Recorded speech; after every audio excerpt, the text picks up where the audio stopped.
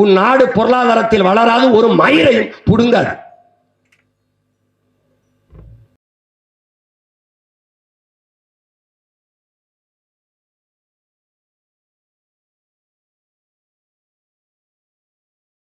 அந்த கேட்கும் திறனற்ற உயிர்களுக்கு போர்வையும் தேரையும் கொடையாக கொடுத்த வள்ளலின் வாரிசுகள் இன்று பேசும் திறனற்ற உயிர்களுக்காக, ஆடு மாடுகளுக்காக, அவர்களின் உரிமைக்காக பேசுவதில் பெருமை அடைகிறேன். இங்கே முன்னாடி நிற்கிற ஆடு மாடு என்பது எங்களுடைய செல்வங்கள், எங்களுடைய வாழ்க்கையோடு, எங்கள் கலாச்சாரம் பண்பாட்டோடு இணைந்து வாழ்கிற போற்றத்தக்க உயிரினங்கள். என்னரும் தமிழ் பெருமக்களே,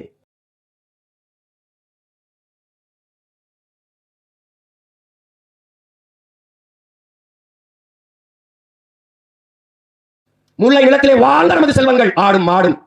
அதே காட்டுக்குள் இன்றைக்கு நம் ஆயர்குல மக்களும் இந்த ஆடு மாடும் காலடி வைக்க கூடாது என்ற தடையை எப்படி ஏற்பது என்பதைத்தான் அறிவார்ந்த மக்களிடத்தில் உங்கள் மகன் எழுப்புகிறேன்.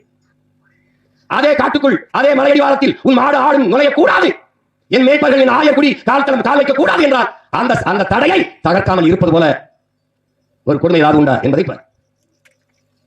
எப்படி? அதனால்தான் மேய்ச்சல் நிலம் எங்கள் உரிமை என்ற முழக்கத்தை வைத்து இந்த மாநாட்டை ஆடும் மாடும் நடத்தி கொண்டிருக்கிறது.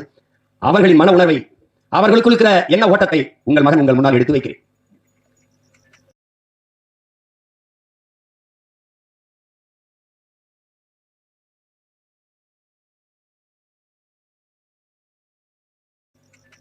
அவர்களுடைய கேள்வி என்ன? அவர்களுடைய கேள்வி என்ன? மேய்ச்சல் காடுகளில், மேய்ச்சல் நிலங்களில் மேய்ந்து கொண்டிருக்கிற எங்களை, ஆடுகளை மாடுகளை ஒருவன் திருடிவிட்டால் அதை திருட்டு என்கிறீர்கள். ஆனால் எங்களிடம் இருந்த ஆடு மாடுகளிடம் இருந்து எங்கள் மேய்ச்சல் நிலத்தையே திருடுவதை எப்படி சொல்வது என்று கேள்வி எழுப்புகிறோம். நாடு உங்களது என்றால் காடு எங்களது இல்லையா? அந்த காட்டில் எனக்கு உரிமை இல்லையா? உங்கள் பசிக்கு எனது பால் இருக்கிறது, எங்களின் பசிக்கு புல் இருக்கிறதா என்ற கேள்விக்கு உங்களிடத்தில் பதில் இருக்கிறதா? பதில் இருக்கிறதா? நீங்கள் உங்கள் நாட்டிற்கு உழைத்து வரி கட்டுகிறீர்கள், நான் என் உயிரை கொடுத்து என் கையை கொடுக்க. நீங்கள் உழைத்து வரி கொடுக்கிறீர்கள் உங்கள் நாட்டின் வருவாய்க்கு, இந்த நாட்டின் வருவாய்க்கு. ஆனால் நாங்கள் உயிரை கொடுத்து எங்கள் கையை கொடுக்கிறோம்.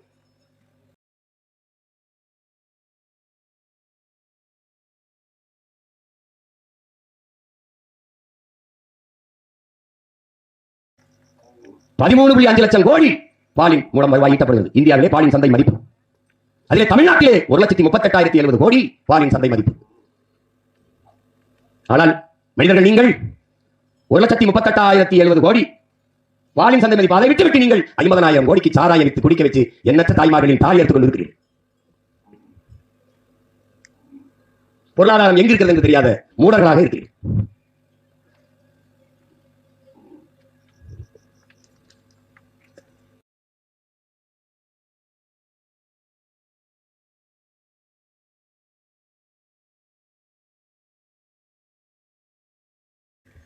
இங்கே ஆவின் பால் என்று உங்களுடைய அரசு இருக்கிறது,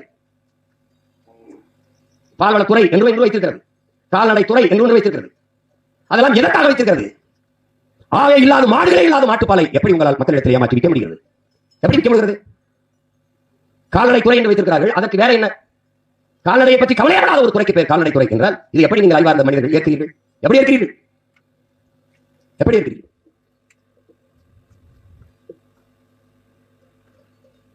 உங்கள் காலுக்கு செருப்பு எங்களின் தோல், உங்கள் தோளிலே பை, உங்கள் தோளுக்கு பை எங்களின் தோல், மழை பெய்யும் போது நனையாத உங்களுக்கு மேல ஆடை எங்களின் தோல், எல்லாவற்றுக்கும் எங்களின் தோல் இருக்கிறது. எங்களுக்கு சாப்பிட ஒருபடி வைக்கோல் இருக்கிறது, அதை பற்றி நீங்கள் இன்றைக்கு அவர் கவலைப்பட்டிருந்தால் மனிதர்களே,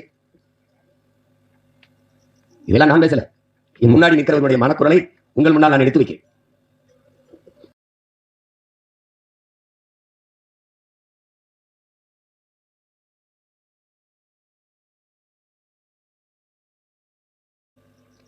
உங்களுக்கு பால் வேண்டும், மோர் வேண்டும், தயிர் வேண்டும், நெய் வேண்டும், சீஸ் பாலாடை கட்டி வேண்டும், வெண்ணெய் வேண்டும். எல்லாவற்றையும் மக்களையா திங்கிற வெண்ணெய்கள் நாங்கள் எதை தின்போம் என்று ஒரு தடவை கூட யோசிக்கிறது இல்லை.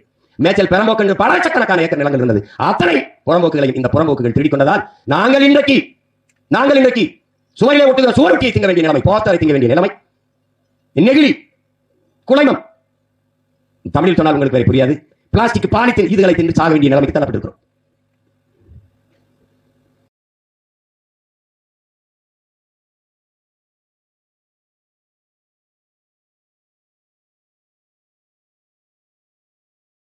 32 ஆலயம் அதை மண்ணள்ளி வித்து நாசம் பண்ணியது யார்?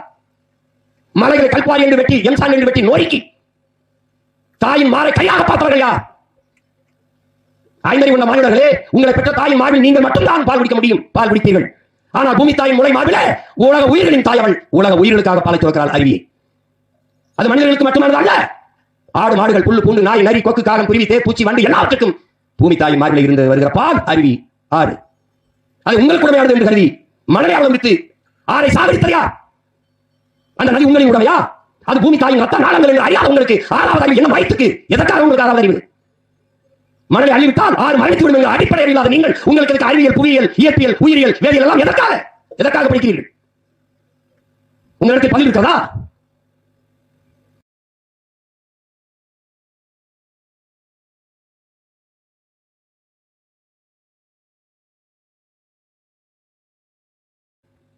எம்சான் என்று மலையை நோக்கி மணலாக்கி குவிக்கிறீர்களே காசு காசு என்று. தாயின் மாலை கரியாக சமைத்து சாப்பிடலாம் என்று எண்ணுகிறவன் எவனாவது மனிதனாக இருக்க முடியுமா? உலக உயிர்களின் தாய் பூமி அவளுடைய மார்பை அறுத்து காசாக்க நினைக்கிறவன் மனிதனாக இருக்க முடியுமா? இருக்க முடியுமா? 1 கிலோமீட்டர் 2 கிலோமீட்டர் அங்க இருக்கிற வீடுகள் நீங்கள் வைத்து பழைய தகர்க்கிற வெடிகுண்டில் வெடிமருந்திலே அந்த வீடுகள் பிளந்து நிற்கிறதை மக்கள் போராடுகிறார்களே. அவருடைய அதிர்வை காடுகளுக்கு ஏற்படுத்துகிற போது அங்கே வாழ்கிற விருந்துகள், விலங்குகள், சிங்கம், புலி, கரடி, நாய், நரி, கொக்கு என்ன என்று கவலைப்படாத நீ. நாங்கள் மேவரால் வனவிலங்குகள் பாதுகாப்பு குறைந்துவிடும், அவர்கள் வாழ்க்கைக்கு பாய்ப்பு வந்துவிடும் என்று பேசுவது பாய்த்திகாரத்தமாக தெரியவில்லையா?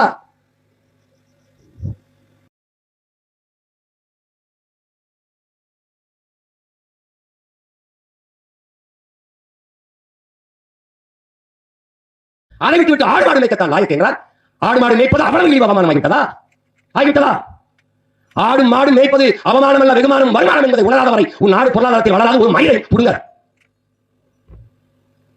என்ன புரிதல் உங்களுக்கு? அவ்வளவு அவமானம். ஆனால் வார ஞாயிற்றுக்கிழமை ஆனால் கறிக்கடையில் போய் நின்று 1/2 கிலோ கறி கொடுங்கள், எலும்பில்லாத நல்ல கையாக கொடுங்கள், நெஞ்செலும்பு கையாக கொடுங்கள். அதை எந்த நாட்டு கேட்கிறது? எங்கிருந்து வரும்? ஆடு மாடு நீங்கள் 1000 கோடி மேய்க்கவில்லை என்றால் கறிப்பால் எங்கிருந்து வரும்? எங்கிருந்து வரும்? ஆடு மாடு மேய்க்க சொல்கிறார்கள். ஆடு மாடு அவ்வளவு அவமானமா?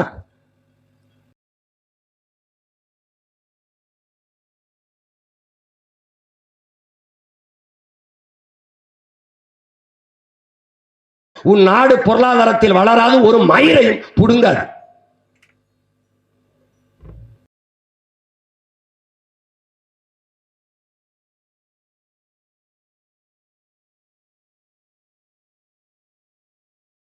உன் நாடு பொருளாதாரத்தில் வளராது ஒரு மயிரையும் புடுங்காது.